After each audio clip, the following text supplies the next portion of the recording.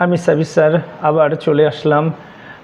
যে পেজটি আমি গত দিন পাঠিয়েছিলাম বা তার আগেও একদিন পাঠিয়েছি, তো সেই যে পেজটিতে লেখা আছে K3, তো সেখানে একটা সেন্টেন্সের গঠনগত নিয়ম বলা হয়েছে, যে পার্সেন্টগুলো আমরা শিখে গেছি, first person, second person, third person.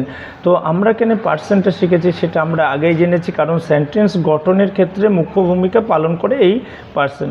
যদি আমরা এটা শিখেছি, যদি সেন্টেন্সের সাবজেক্টটি থার্ড পার্সন সিঙ্গুলার নাম্বার হয় তাহলে ভার্বের শেষে ES যোগ হয়।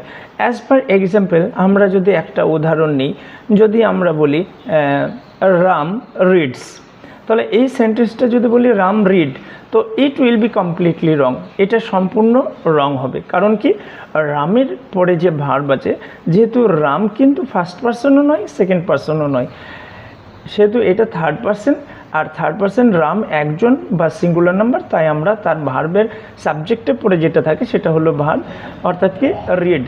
যদি সেন্টেন্সটা বলি রাম রিডস, এখানে রিডটা কিন্তু ভার্ব, এবং রিডের পরে এস যোগ হয়ে রাম রিডস হচ্ছে। এইভাবেই কিন্তু she does, he does, she carries, এইভাবে 1 বাই 1 চললো।